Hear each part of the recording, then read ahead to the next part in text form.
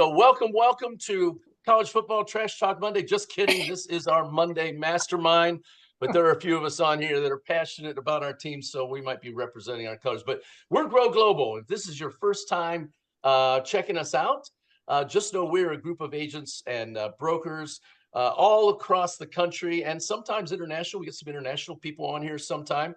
And what we do is we share secrets from top producers so that you can cut and paste them and use them in your marketplace. The great part about it is we're from all across the country, so you get lots of different viewpoints. But here's the thing to make this successful. It depends on you. We're going to have you contribute by asking questions and things like that. And here's what we love about this when we get to that part is it's an open session, so you can ask any question you want from our experts. And today we've got some amazing ones. But while we get started here and people are logging in, I just want to share we have some free resources for you. And yes, I did say free. One of them is an awesome Facebook page where you can come and you can find out what we're going to be talking about on our next Monday mastermind topics. And you can see past ones too. On top of that, we know that Monday sometimes is very busy for agents. So we do record it. Here's the thing I'll tell you though. If you don't come for the recording, if you don't time block it out and come for the recording, here's what happens. You have this backlog of videos that you're gonna watch, right? You're gonna get around to it one day and watch it. And you know how that goes. You probably got 100 of those already. So time block the time out if you can. Obviously, if it's closing or something, go get it done. But being here live gives you the opportunity to ask questions, to get you to participate, and also give your advice, right? Maybe you can answer a question somebody has out there. We'd love to hear from you. We also have an Instagram page where we show what we have coming up, and of course, a website. Now, on the website, there's all kinds of different services up here across top you can check out. Again, everything we offer here is free. And but it also tells you what's coming up on the mastermind. Today, we've got two superstars. We've got Stephanie Gilezan and Alex Montagano, and they're going to be talking about winning strategies, effective negotiation with your buyer. Now, if you were here last week, you know we talked about negotiations with sellers. Today, we're going to talk about buyers, right? So it's great to have these winning strategies. Again, it's going to be recorded, so just lock in, turn your phone off for a second, and let's take a listen and see if you can learn something. Every time I go to some type of seminar, I always try to grab one golden nugget that's going to change my business forever. And that's what we want to do for you today. So with that, we're going to get started with Stephanie Gilezan and Alex Montagano. Which one of you is going to start, guys? Come on, Alex. There we go. Yeah, so take it away. I'll obviously last week we talked quite a bit about the seller side of this. And when I sat down, I started making notes for today and then thinking about how I've negotiated a lot of this in the past. A lot of this, there's a lot of similarities between how you handle sellers and how you handle buyers. And some of the notes that I have, and I'll start with, and then Stephanie can jump in and we can kind of run this how we did last week. But a lot of it happens and starts with understanding the goals and objectives of the buyer that you're working with. And you know, there's going to be some dialogue today, likely about how do you get your buyers to pay the commission and or your fees and what does that whole process look like. But what it really comes down to in the very beginning of all of this, when you start to have these conversations with your buyers, is it's understanding what their goals and objectives of the process are. And so when you're having those dialogues and you're learning those things, you know, is it they're asking these questions and working directly with them to understand what those objectives and those goals are, it's going to tell you exactly how you steer and you lead the path. And look, some of the stuff that I always talk about when it comes to working with any juncture of client is understanding of, do they want to move versus do they need to move? And so when buyers need to move, so that could be relocation, somebody that's moving to your city that has a job transfer. It could be somebody that has a house and they just found out that they had some sort of life event that's forcing them to move. And when you understand what somebody needs to move, the objection handling while working with them and the negotiation between you and them as a client is totally different than if you have somebody that simply just, hey, look, I think rates are going to come down pretty soon. I think I want to move. And what that process looks like is totally different. So I think focusing in the beginning of asking these questions and learning the priorities of your client is really important, but you also need to learn and understand, do they need to move? Do they want to move? And then steering your conversation and your paths accordingly. Stephanie, if you want to jump in. Absolutely. No, and I agree with that, Alex. I mean, you know, in this day and age, we've got a completely different atmosphere as it relates to you all in residential real estate, because the first thing you've got to do when someone calls you is you've got to say, well, I'm going to send you a buyer representation agreement, and you've got to explain to them exactly why they're going to be signing that agreement with you, right? And you've got to explain to them your value. You know, that's number one, and that shouldn't be hard to do, because here's the thing: when it comes to us, you know, any single person needs to have representation, okay? And I say this a lot with buyers and with sellers. When you're in court, do the plaintiff and the defendant have the same attorney? No, right? They don't. They each have their own representation, and they each need to have, you know, their own corner, so to speak. And that's how I explain it to them. I also want to touch on something else too that I think we need to be very cognizant of. And this is something that, you know, with the market doing a little bit of a shift, and I don't know about your all's market, but here in Louisville, there's some things being stagnant. They're sitting on the market a little bit longer. And I actually had this agent over the weekend reach out and say, showed this property, a $2 million listing. They looked at it, and she said they want to buy it, but they can only afford $1,750,000. Why would we set that up? Why would we set that buyer up for failure? You know, why would we set that buyer up for failure? And so I think we need to talk a lot about how do we work with a buyer and understand their budget, and how do we decide on properties that they need to go and take a look at? Because I've not seen where a new construction has $225,000 worth of negotiation room ever in my career, and I've been in the business for 26 years. Alex? Yeah, I would say, I think, look, a big part of that, here's what just happened. Somebody brought a client through a property, a buyer fell in love with it, so now it's going to be a metric of everything moving forward. And the reality is they can't buy it. Yeah. And what should have been done, and this is, you know, we could dialogue this with the room, but what should have been done is before that person set foot in the door or a showing was ever scheduled, that agent should have picked up the phone and had a conversation with you that would have said, look, here's where they're capped at. There may be some play here and there. Are there interest rate buy down opportunities where you could do some sort of 3-2-1 on a substantial amount of credit? Maybe they buy at a higher price, but get some sort of credit back that pulls the monthly payment down, which is what's driving the fact that they can only afford $1.75 million. Or are we just spinning our wheels here? To which maybe you could have said, I've got something else coming on the market, or I know of this other property, or have you looked at this neighborhood? And so a lot of this, look, Stephanie talked about providing, you know, sharing what your value is. And I wrote down the words unique value proposition. And if you got in an elevator with a buyer at any point and they asked, what makes you different as a realtor? You got a 30-second elevator pitch. Do you know it? And as agents in the room, it's your responsibility and your job to be able to have that conversation with a person as to why you're different than the next person. And look, what gets, for somebody like Stephanie who's done this for so long, or somebody like me who's done this for so long, it's really easy to have that conversation. But if you're new or you've done this for a couple of years and you don't have this abundance of a track record to say, look, I sold that house, I've been in that house, I know about this, I developed that, and I did all. If you can't do that, what you can do is you have an unbelievable advantage. You have time. And some of us, whether it be Stephanie or me or Rob or Jim and Stacy, people who are doing an unbelievable amount of real estate, the amount of time that you can give each client is substantially different than what you can as an agent who's not doing so much business. So you can invest all of your time, energy, and effort to that one or those two buyers that you have. And sharing those things allows you to get as much market information, to have as many conversations as possible with the realtors on the other end of the transaction. And so all the legwork that you're doing up front keeps you constantly serving as an expert for your client. And those are the things that are super important to keep the energy in a positive moving forward direction throughout the transaction. And what I would tell you is somebody that we pay for leads, we pay a lot of money for leads.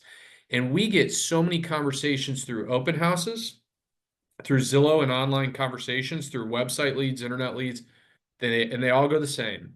We had a realtor, we never signed anything, they are not helpful, we never hear from them, and anytime we ask anything of them, they're not really there. Our realtor stunk, we would like to hire you.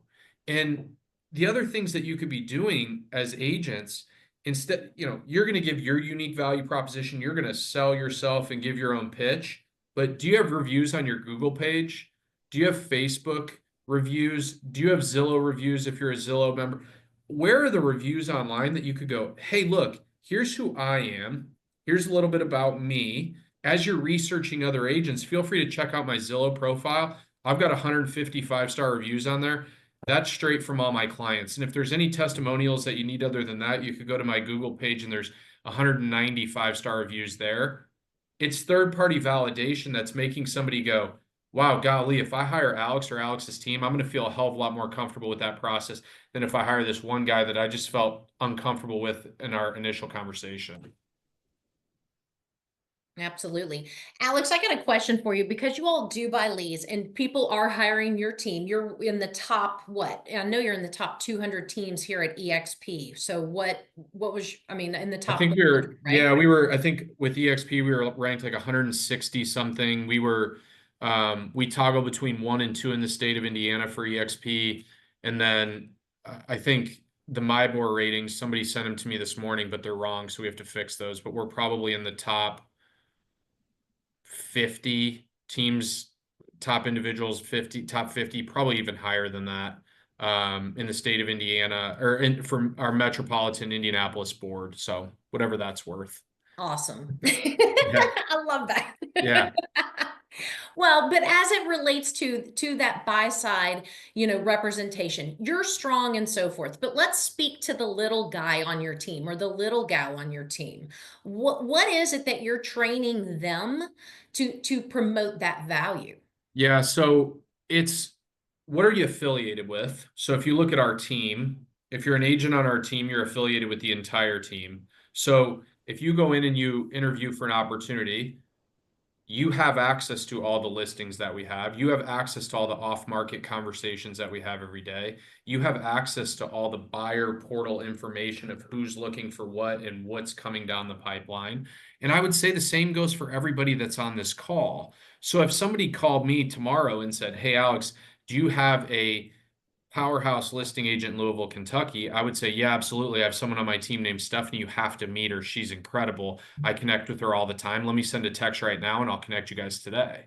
And so it removes all doubt and uncertainty of the validation of who Alex works with. And they may say, oh my gosh, is Lockstep Realty in Louisville, Kentucky? And I would say, no, at EXP, I'm affiliated with a global organization that helps me do this.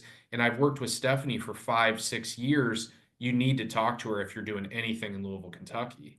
And so it's about the representation and it's about the conversation. So let's say you're an individual agent and you're at your own brokerage. You should be leveraging whatever else is going on within that brokerage. So if you're at Century 21 and you're a new agent, they should be able to help you understand what other opportunities may be coming on the market or have you. And if you don't have that sort of collaboration where you are, then those are questions that you should be asking a bigger room here to get clear understanding of how to promote your own brand. And look, we all started at zero somewhere, but it's who you worked with to be able to go, my team sold that property. I held that house open over there. That house on the street over there on the corner just sold for this. And so what happens is it's less about what kind of business you've done but more about how knowledge you are of the market that you're working in. So if you're sitting in an open house and a buyer walks in and they say, hey, I'm looking for properties in this part of town, and you can point and say, this house is priced for this. That one just sold. That one's going on the market in a week. And those two over there sold at the end of last year. It's this whole idea of how many homes have you ever sold goes away. It's more about, oh my gosh, you know everything about the market that we need, and you're somebody that we've now connected with. And those are the things that are most important that buyers are going to want to feel through the processes. Are you a person that can take them from handshake and first conversation to a closing table and not buy something that's a total disaster? I love that you went there, Alex, because that is so important, you all. And listen, as a buyer representation agent, it is your job. Part of your value and how you show your value is to know exactly if they're looking at a certain neighborhood, it's to know everything about that neighborhood. It's to know what things have sold for. It's to know when they sold. It's to know what day Bunko is. It's to know what day Texas Hold'em night is. It truly is to know, because when people show up and ask Stephanie Gilezan, hey, tell me about, I know every little detail. And because I know every little detail, when we get to the negotiation factor and I say, look, I know you don't want to go another $5,000, but let me tell you something. You need to go another $5,000. Guess what? It's easier for me to get them to that level. Why? Because everything else I've proven that there's that trust factor. I know what I'm talking about, and so that is huge. Yesterday, as a matter of fact, and it's so crazy, but I have to use these examples because they're real life examples. Yesterday, buyer's agent shows up, and we've got 15 inches of snow hanging out in places still. So in order to get into these homes, and I'm a developer as well, in order to get into these homes, it's a task to shovel, right? It's a back-breaking task to shovel. So we're getting in there. And I said, now, before your clients get here, do you know anything about this development? And do you know anything about this home? She said no. Well, she said no. So I took that as a warning that I need to stick around and do the sales job. I need to stick around and do that sales job, or that house wasn't going to be sold that yesterday. Here's a question for you, Stephanie. Yeah. That was $2 million bucks. Yeah. What's the commission rate on a $2 million sale in your market? 3%, 2%? Typically 3%. 60 grand, $60,000. And didn't study nothing about nothing. That's the stuff for me where it's like, look, a buyer hires you, you make them sign an agency contract about your unique value proposition as to why you're the expert and they need to hire you. Or it's a family friend or somebody. Go ahead. Hey, and I've got to throw this in there because prior to that showing, she actually texted me and said, what's the seller paying in cooperating commission? She didn't even learn about the property, you all. So think about what do we get paid to do, right? And so this is in order to have an effective negotiation on the part of your buyer, you need to earn trust with that buyer. I'm going to tell you right now, who earned trust with that buyer yesterday is Stephanie Gilezan, because man, I put on the best showing of my life, and their agent stood there like cold in her coat with her gloves on and da-da-da and da-da-da. I think she did a video and put it on TikTok while we were doing the actual showing. So whatever. But the point of the matter is that the effective negotiation that when you earn trust with these buyers is to understand and know and to pay attention and to listen and to ask questions. If they decided to buy or to make an offer on that home, she wouldn't begin to even know how to write the deal because she didn't listen to any of the meeting that took place. I talk about this all the time. And look, so many agents that got in the business, if you look at there's this wave of agents that got in the business pre-COVID, and those are the pioneers. They've done it for a long time. They understood inspection negotiations and balancing that whole side of the deal. you know, showing more properties, analyzing comparables. And then there's this wave of agents that got in the business between 2020 and call it the middle of 2022 who never really did an inspection report or understood what comps were. They just wrote what they were told to write. And what's interesting, and I talk about this all the time, especially on our listing side, it's like, you ever been fired from a listing contract? And people are like, what do you mean? Like, yeah, when they call you and you haven't done any open houses, or you haven't done this, or you haven't checked in, or you haven't provided feedback, or you're not doing this. The same thing goes to be the case now with buyers. And just because they sign a 12-month contract with you that says, hey, you're my buyer representative, look, here's the real brass tacks on that conversation that Stephanie's having right now. Let's say hypothetically that client buys this house. Let's just say they do today. When they move in 2 years, 3 years, 5 years, 10 years, who in the heck do you think they're calling? They're calling Stephanie. They absolutely, no doubt about it, will call Stephanie. And so a lot of this goes back to, what are you doing to earn the relationship, the trust, and the opportunity to help people? I got a text this morning from an old buyer of mine whose husband is a realtor. Hey, Alex, can you run a comparative analysis on our house for us? I said, isn't your husband a realtor? She said, yes, but he knows that you would be more unbiased, and this is, you sold it, and this is just what you do. And I'm like, I just want to make sure I'm not wasting my time here. Can you help me understand this? And she's like, Alex, he really wants to be hands off with this because he knows this is your bread and butter in your backyard. And so it's about earning the trust in the process. And this goes for both sides of the deal. And so I think while you're doing this, it's, if you really look at what we're doing, you owe this to your client.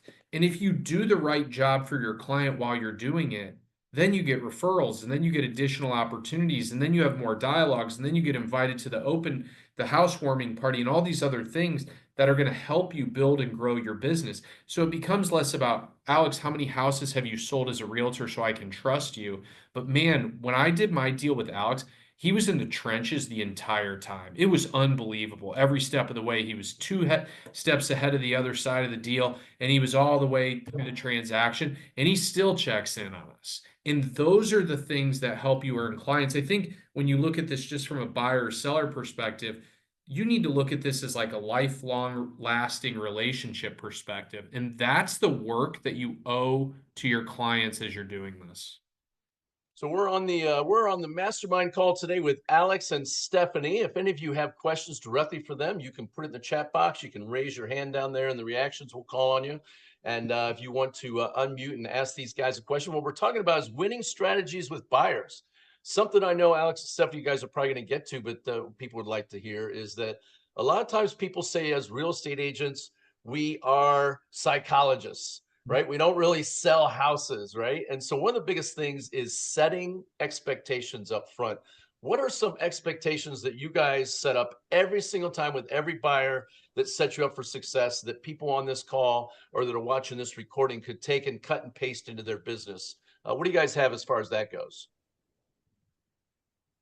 Alex, you want to go? Yeah, I'll kick this one off. So I think a big part of the initial conversations that you're having when you're getting the understanding of what your client wants to do, geographical neighborhoods, how many beds, baths, like paint me your house and then I'll tell you what it looks like, is explaining what the market and the process looks like. And look, facts tell, stories sell. So one of the things that I can frequently do as a team lead of 16 other realtors is give market data given to what our team is experiencing. But I also, guys, I steal stories from people's Instagram posts all day long. So I saw multiple people post this weekend how they were in multiple offer situations, how many offers they competed against. And then this morning I had a seller call me. His house is off the market. We're temporarily off the market and we're getting ready to put it back on. And he's like, Alex, I heard February 1st is like the opening of the spring market. And I said, with all due respect, I saw multiple instances of realtors this weekend who would suggest that the spring market is here now in Indianapolis. And we had a snowstorm on Friday and my team sold this many houses, this many had multiple offers. We had listings with this many showings. We can wait, but here's what waiting looks like for you. And so setting those expectations work for everybody. That those conversations that we're going to have we'll work directly with our buyers when our buyers get ready to write an offer and go, it's January 13th, it's 15 degrees out, let's lowball the seller. Well, here's why that doesn't really make sense, and here's what the data would show. So it's your job to understand those things. And again, if you're not the person doing the business, you should follow and work and collaborate with people that are, so then you can speak and present and posture yourself as an expert. Another thing that I love to say with buyers, because this is something that buyers say all the time. Let's just write this and I don't know, we'll just see if we can get it. I initiated this line into my buyer presentations a long time ago. Hey guys, if we're writing offers, we're buying houses. We're not just checking, we're not just seeing, look, we could draw a line in the sand where our price is or where our terms that we're willing to negotiate. But if we're writing offers, we're writing these offers with intentions to purchase a home. I don't work for nothing. I don't just throw offers at the wall and see if they stick. And what I found is the buyer that you're working with has more respect for you and takes you more seriously when we're getting down into that nitty gritty. And if we're a little bit apart, at that point, it's easier to close that gap because we're taking the process a lot more seriously. So Alex, Yeah. are you saying with your expectations you're setting, are you using a checklist, or is it the buyer's presentation that you have it like a format one? Is it a flip book? Is it a PDF? What is it you're using? Our team, we have a buyer presentation that our team uses, and it's a way to show off their unique value proposition. Me having done this for a long time, I'm not a presentation guy. I'm a, hey, let's get on the phone. Here's what the market is. Here's what's going on. Here's our process, and here's how it works. And about 99 times out of 100, that's pushing all the way through and getting a contract signed, full comp, ready to go. So for like an agent on here who's newer, maybe doesn't have a system or something like Sure. that, would you recommend them getting with their broker and cut and pasting like a buyer presentation Yeah, that they so do each one of time? the things we bought last year, Amy Gregory released a seller guide and then a buyer guide, like a listing guide, a buyer guide. And what we did is we went in and cut and pasted that to make sure the buyer guide represented our brand and then each individual agent. So our agent goes in, they put pictures of themselves, they put maybe some Google reviews that they have on themselves, past sales, what makes them them, who they are, who they work for, what's important to them, some things that they can, like a leave behind when you do initial buyer presentation. And then in our buyer presentation guide at the end, that's where the contract is. So you could say, here's this, here's this, here's this, and then here's the contract at the end. Here's what it looks like. That way people can see it, feel it, and take it with them. And you're finding that just makes a much more natural flow for the NAR paperwork, right? Just going right into the buyer broker agreement because you're already going through the documents that you've compiled. Yeah, for sure. So that, like Stephanie said, when you always get a text or a call. Hey, Alex, I'm interested. I'm looking to buy this. I got your name from so-and-so. And I schedule a phone call. And then you just, hey, who are you? How do you know your friend? You play the relationship building game. And then you just say, hey, how educated are you on the changes that have happened in the real estate market since last July? And about 9 times out of 10, it's, I don't know anything about it. You explain the process. You explain how it's different. And you talk about what the law is, what the difference is, what the changes are, and why they are what they are. And then you move that process forward. Mm-hmm. I love that. I love that. That's great. Stephanie, what expectations do you set right up front? It's an interview, right? The one thing I tell everyone this, the one thing I have not been able to accomplish in my 26 years of real estate is how to put more hours in the day. So I have to be extremely cautious of how I spend my time. And so number one, my services are not free. So I will be sending you over a buyer representation agreement with my fee attached. We'll try to negotiate it, but I'm getting paid regardless. But number two, what is your ultimate goal? What is it that you want to buy and at what price or rate?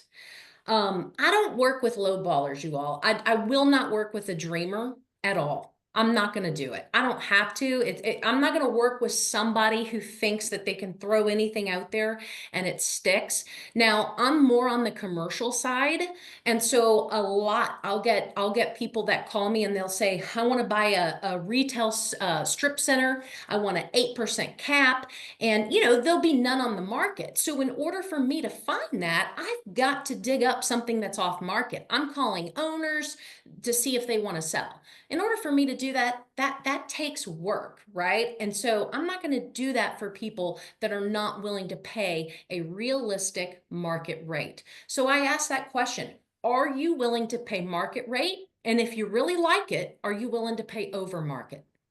That's important to me, you all, because if not, I'm going to save my time for the one that is, because I can't figure out how to make more time in a day. Now, not everybody has that luxury. I get that. But after so long in the business, that's what I decided to do with my time. So again, if somebody's not willing to pay me, then the deal's off right there. Stephanie, what are you coaching your new agents like? Because I know you're training a lot of agents and things like that, and they come in, they don't have the legacy you have and the expertise you have. What are you teaching them that are some just must things they must set up front with the buyer? Well, you've got to have that form signed. I mean, here's the one thing. In Indiana, I mean, it's the law, right? So it's easy to say that. I mean, unfortunately, you have to sign this regardless. I mean, it's the law now. So in other states, it's a requirement. I mean, everywhere it's a requirement. So you have to, I'm just teaching them, how do they share their value, you all? Look, if somebody does not want to commit to value, again, why would you ever waste time? Why would you ever waste time? Nothing in this world is free. Nobody got a real estate license to run a charity, right? So explain that to the buyer. I'm sorry, Mr. Buyer, I did not obtain a real estate license to run a charity. So here's what it costs. Stephanie, are you guys using a buyer's presentation for your new obviously you're going off the cuff, but do they have like a system they're using that you give Absolutely. them? I mean, that's what's great. I mean, listen, there's so many good buyer presentations out there, you all. I mean, I know our brokerage, EXP, has a ton of buyer presentations that they've put together, and they're company specific. So you do not have to be, a long-term agent to look stellar. You can have a buyer presentation that says, #1 in volume, #1 in number of transactions, #1 in fastest growing, real estate company, da da da da da da da da, and all of that comes across, right? And also too, it's important. You want to explain to these buyers that you have access to this data of off-market opportunity. Off-market opportunity sometimes is exactly where the property is that they want to buy. And so you want to understand where that is. So we had a question in the chat. Where could I access a buyer presentation? It's from David Trong. It's that buyer toolkit, that EXP buyer toolkit. David, we'll find the link and we'll put it in the chat there for you so you have it. Somebody will pop that up in there. There's a seller toolkit and there's a paste. buyer toolkit. It's where you find all your forms. There's presentations. There's so much stuff in there. If I was a agent that had nothing, I would be using that 100%. I think also Alex said something earlier, but if you're going to get this buyer's presentation, why not print it off? Even if you're doing it online with them before you meet with them, print it off and bring it with you.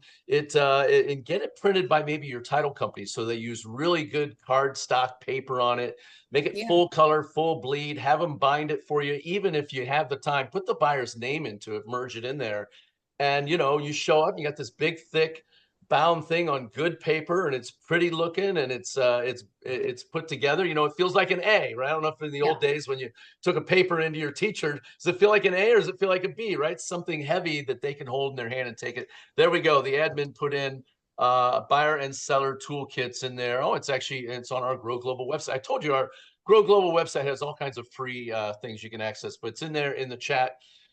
For those of you who maybe watch this on YouTube and don't actually get a chance to see the chat, it's whygrowglobal.com. And underneath that, you just go to buyer and seller toolkits. And again, that is all free, provided by our community here of agents coming together to agents helping agents. That's what we believe in, collaboration over competition. Alex, I cut you off. You were going to say something. Yeah, no, we were talking about value and commissions and fees and all of that. And look, I think it's really, we don't talk about this enough, but coincidentally, I've seen this more and more lately with some like Instagram trainings with some other teams. And, you know, everybody gets into real estate for this idea of like freedom and I become my own boss. But do you work this like a job and like a career? And so having a presentation like Jim, like you just talked about, like, do you have that? Do you have a version or representation of yourself that's highly professional that you could give to somebody? Do you have your unique value proposition understood, rehearsed, in order, organized? Do you have people that you're collaborating with that'll help you organize, structure, and build your business and grow your business? If somebody comes to you and says, Jim, will you do this for 2%? I'm not really interested in signing this at 3%.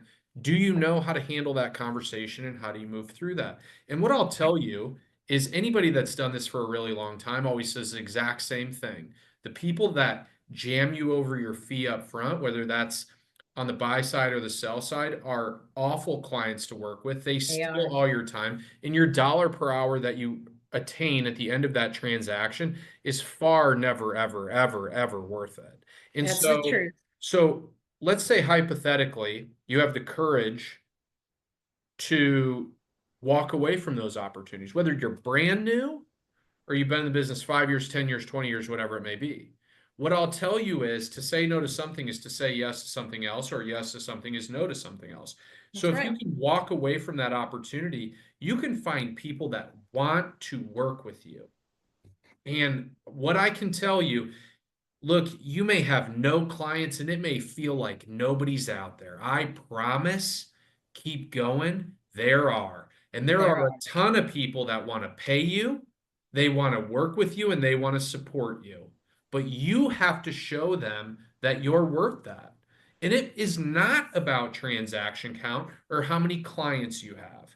It's about your association. It's about what you have access to and how hard you're willing to work and what you're willing to give to somebody.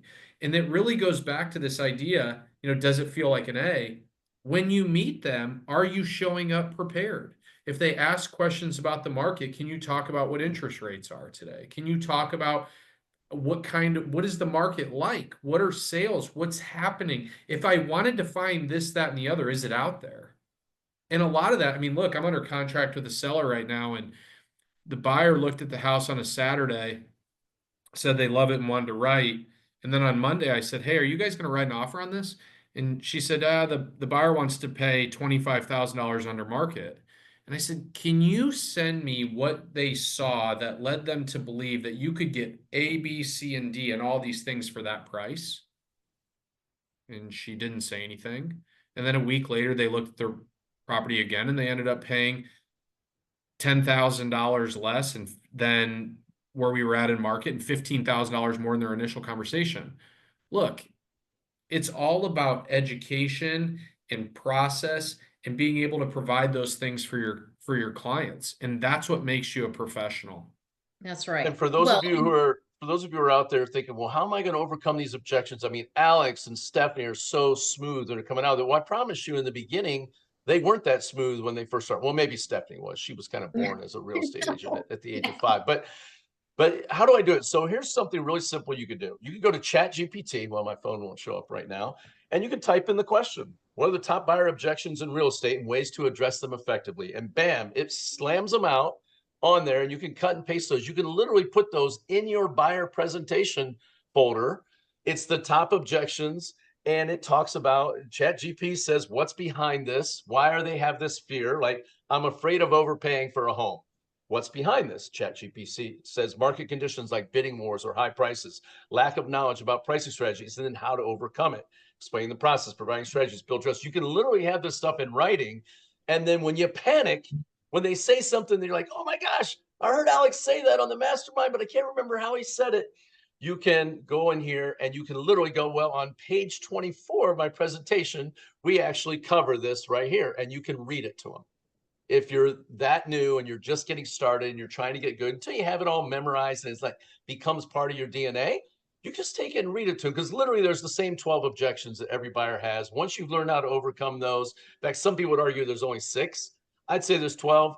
And you're going to be in great shape because you'll have said it so many times over and over again. And when you find the one that clicks and works with your personality, your tempo, your rate of speech, the way you talk confidently, you're going to have it, and you won't even need it anymore, but you have it in the buyer presentation. A lot of times, if you get that in the buyer's hand, they'll have read it ahead of time and they won't even bother asking you because your answer is already in there. But what were you going to say, Steph? Well, no, it was funny because you went there and I said, you gotta find what you're comfortable with. For me, no, I was not day one excellent at this, but what I figured out over a lot of rejection, a lot of no, and really beating myself up, I thought, wait a minute, I'm not going to beat myself up. I am going to have this thing where when people tell me no, I'm going to laugh about it. Okay. And then I realized that when you turn humor into your presentation, that very few people argue with you. And so one of the ways that I did this a couple weeks ago, this guy, I knew, I could feel it. I could feel he was going to talk about my fee. And so before he could even get it out of his mouth, I said, I know where you're going, Bob. I said, let me tell you something. Don't you do what my husband did. Don't you do what my husband did. You know, when he wanted to date me, he expected me to pay for every date. And the guy started laughing. He never went there with that fee. And, you know, he pulled back because he didn't want to be that guy that asked yet again for some girl to pay his way, right? So it's just finding some of these comebacks that you can throw at people that makes them think, it makes them stumble. And that's what I've learned to do really, really well. Sometimes people call me a smart ass, but hey, it gets me paid. The other thing I would tell you, you have to continue to put yourself in environments where you're forced as a business person to put your best foot forward. And look, I have tons of buyers that I got paid way less and I gave up way more commission. It's why it's easy for me to sit here and say, don't do it. It's why it's so easy, because the listing agent that grinds your ass all the way down to the bone for nothing, and then you sit there at the end of this and go, what do I have to show for this? Except like a couple of black eyes and sore ribs. Like, this is not worth it. And so it's really easy to sit here and say, this is why I wouldn't do that. But look, as a realtor and as somebody that's representing buyers and sellers, you need to put yourself in the position to have those conversations. And that truly, like, look, this is role play, the chat GPT thing that Jim's talking about, and these conversations that we can have today. You can practice them all you want, but until you meet a buyer and get asked the questions, you're never going to know what you're going to say or what you're going to do. So you have to practice. You have to put yourself in these positions. And look, before I got into real estate, I sold season tickets for the Indiana Pacers. The Pacers stunk. At the draft, we had to invite people to the draft. The draft happened. They drafted Lance Stevenson and Paul George. People booed and left. And then the next day at 8 o'clock in the morning, I got to get on the phone, getting reamed by people. Don't ever call me. These players suck. You're an asshole. Click, click, click. Look, whatever. I had to make 100 phone calls or they were going to slap me on the wrist. So the reality is, guys, is you have to look at rejection as you're nearing opportunity. You're nearing opportunity. And look, I promise everyone in this room's taken buyer contracts for less than they deserve. They've taken listings for less than they deserve. Do it once and you'll learn. You'll go, this is why Alex and Stephanie said not to do it. Holy smokes. And then you'll root for the closing, not for the check or the relationship or the accolade, but to get as far away from that opportunity as possible. Hey, Alex, the other thing could have been worse. You could have been selling Cleveland Browns season tickets so that people would have came by and egged your house after you were done. The other thing I would tell you that's really great, I talked about reviews and having your own review organization of like, hey, check these reviews out. But you should have relationships with vendor partners. So a mortgage lender, an inspector, any sort of professional to provide third-party validation. So like when I refer my lender and then they get on the phone with my buyer, he's telling everybody, yeah, I've worked with Alex for 12 years. Do you remember, did you know him when it was this? And did you know him when he was that? Gosh, I'm telling you, you have the best realtor money could buy. Like it's unbelievable. You got the right guy for this, or oh, you're looking there. And so he's always validating me and my team. So when they get back on the phone with me, what I say carries way more weight. I'm not the only person selling myself here.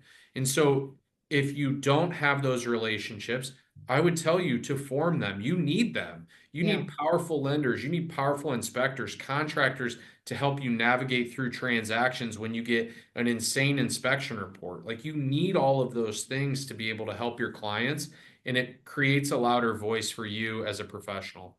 So we got Alex and Stephanie on here. If you guys have questions, it's definitely time to do it.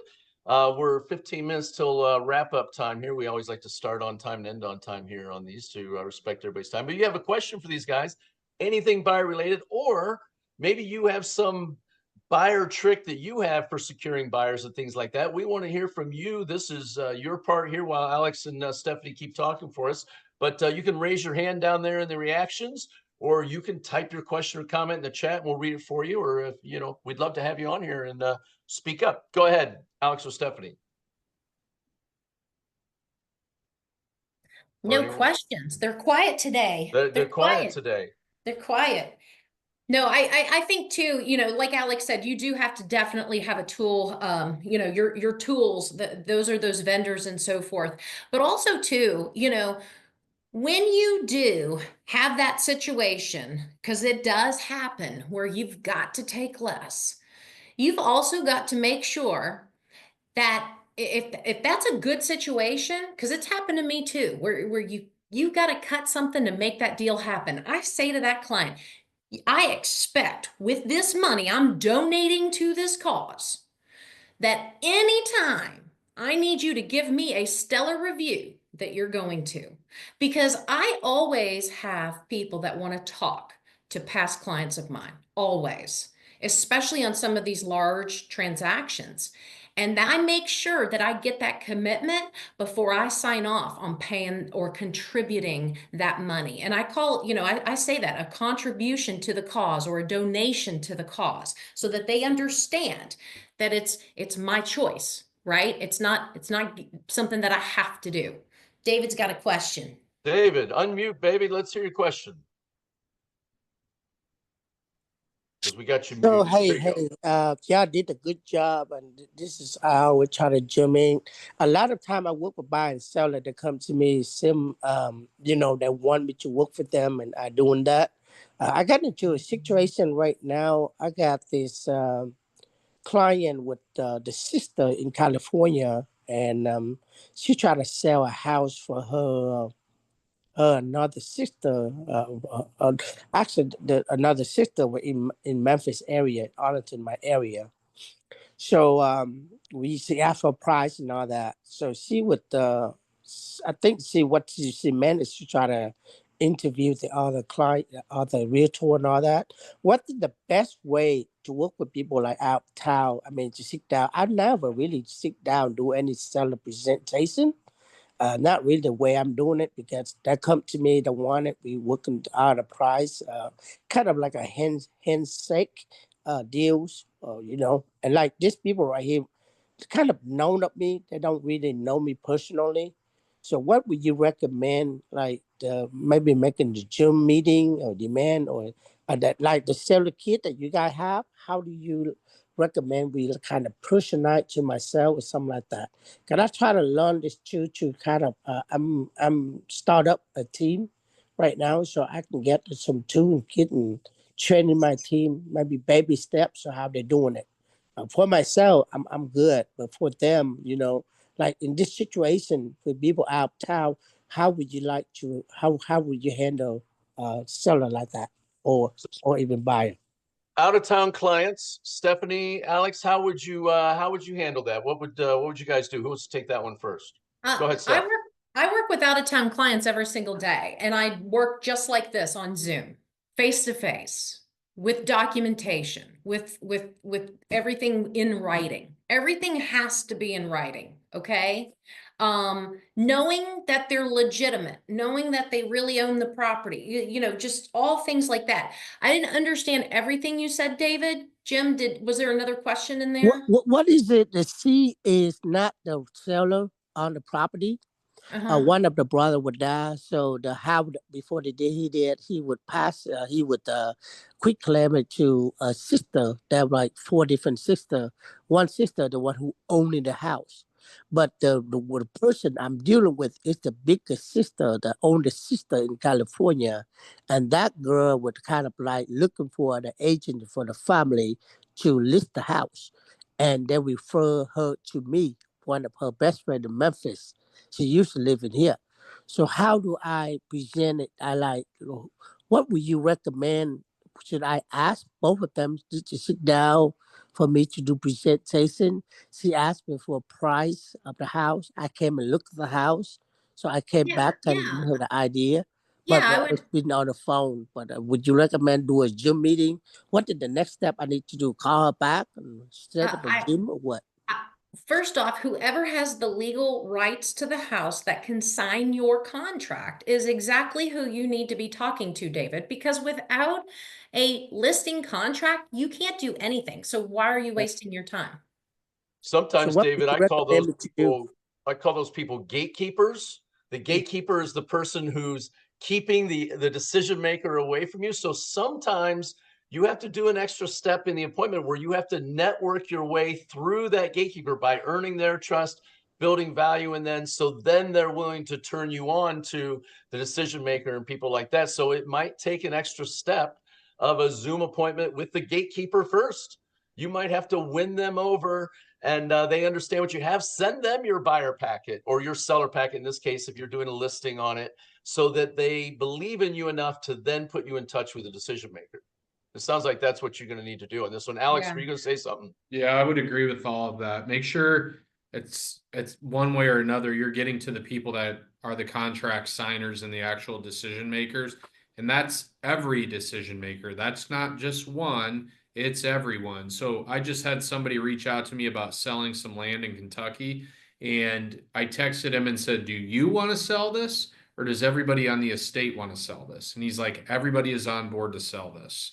And then I asked a question about mineral rights and all that stuff. And he's like, "I need to get you some answers on that." So before you put all the legwork in, you're at least getting the understanding to make sure everybody's on board with the process. And then the other side of it, David, is I would sit here on a Zoom and I would talk to people face to face that way, because that is the realest form of connection you're going to get. And then find out, one, if they're coming to town, and two, when you could go look at the property.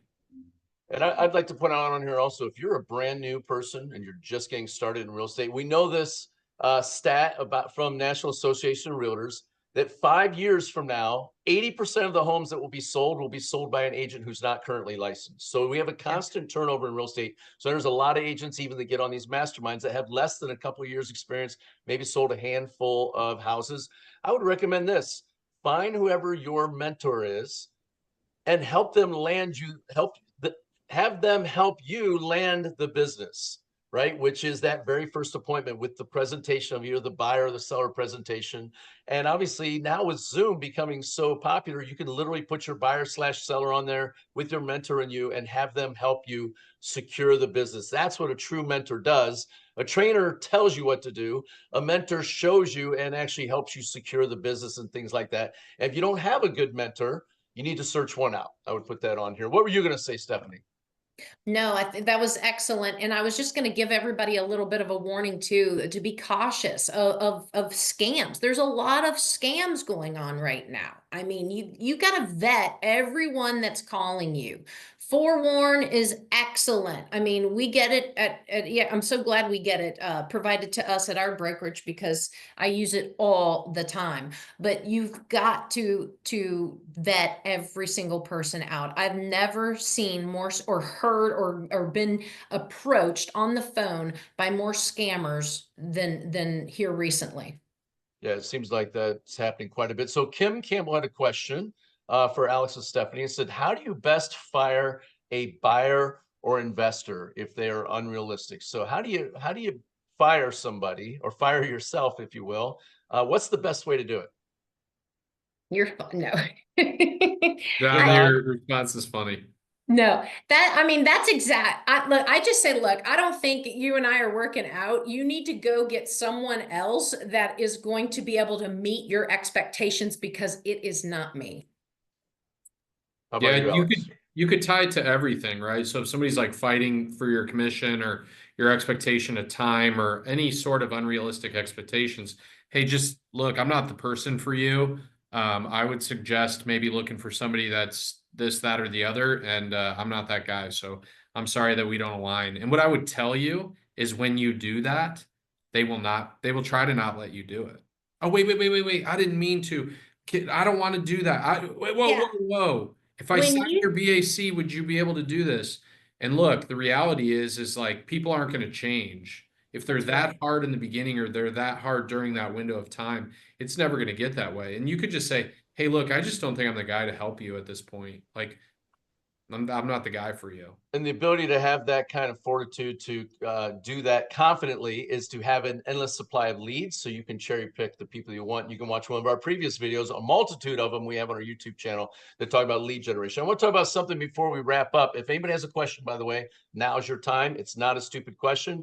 If you have one, I guarantee somebody else has it. They're just afraid to ask it for whatever reason. But objections. The same common objections that come out. Alex, you and Stephanie are smooth. You just wrap it off. Boom, boom, boom, boom, boom. Objection killers. What do you recommend to somebody who's just getting started? Who wants to take that one, Alex or Stephanie, so that they can be good at overcoming objections? Go just talk to everybody. Talk to everyone about real estate. Get in every open house. I cold called, so I called expired listings. I sat in every single open house. I called on for sale by owners. Look, like, if you want to get better, you need to have these dialogues and conversations. So you could find somebody to role play with. If I wanted to get better about, any type of objection handling, I could call Jim and say, Jim, I want you to kick my ass so I'm ready to do this. And we could go back and forth and back and forth. And look, it's not embarrassing. Like, you need to get better. And people ask all the time, Alex, how did you get this smooth? And how do you do? Look, it's not always like this. There are plenty of times I get into conversations where it's like, hey, look, I don't know the answer, but one of the things I learned to say early on was, hey, I'm not really sure on that. Why don't we do this? I'll take notes on the conversation here. And if there's a list of questions I don't have the answer to, I'll make a couple calls after we get off the phone and I'll get you the answers and get right back to you. Does that sound fair? Is that not unfair for anything? So what it does is it takes away from the fact that I may not know. It could be lack of preparation or just because you don't have the industry knowledge. And then you could go get it and you've asked them if it's fair. You've asked for permission to be able to help them. And those types of things scale down the tension of the conversation and it slows down the conversation that you're having with your client. Yeah, nothing like role playing. Stephanie, anything you want to add to that for objections that your newer agents might have, how they would become proficient at it? It's exactly what I was going to say. You gotta actually get involved in doing it because that's how you're going to learn and get better at it. Role play, do open house, put yourself in situations, and not be afraid of it. That's how you're going to get excellent at it is by actually doing it. So, yeah, that's it. Have your teenage kid badger you, right? Like how they argue with you back and forth on something. Have them be the tough buyer, the tough seller. So I want to thank Alex and Stephanie. Great job. Laura says that from Chicago. Great job. Thank you, Alex and Stephanie. With a little fire emoji in the chat. We put the Forewarn app if you need that. Somebody is cheering for the wrong football team in the chat, so we see that on there. We won't mention that on there. But I want to thank everybody for coming out today. Look, our Monday masterminds are every Monday, noon Eastern Standard Time, 9 Pacific. And we have a topic every single Monday that we talk about. But, here's the thing. We'd love to hear from you. What are you an expert at? What is something you could bring to the table? Well, you can go to our website, which is whygrowglobal.com, and you can recommend a topic you'd like to hear about. Right here in the middle, you can see it. Click here to suggest a topic, or maybe you're an expert at something, an expert coach, or you've taught a certain class or something like that. We'd love to hear from you. Recommend yourself in there to be on a panel or things like that. We'd love to hear from you. It's great. learning from all these different agents from all different backgrounds, from all across the country. And that's how we all are going to work together, right? The saying is, if you want to go fast, you go by yourself. But if you want to go far, which is the key in real estate, if you want to go far, you go as a group. And that's what we're all looking to do here, is collaborate with each other. And we're looking forward to seeing you guys next Monday. Do we know our topic for next Monday? Obviously, I don't, because I'm asking. Anybody, does anybody know? Or are we still coming up with it? Lined up yet, but Okay, cool. We'll put it on the website. So it's a great chance for you to go to Why Grow Global, or go to our Instagram page, our YouTube page, check out everything we've got going on. Tons of videos on there, and our Facebook page. And we'll be going from there. So we'll stop the recording here, and we'll take a second to say bye to everybody.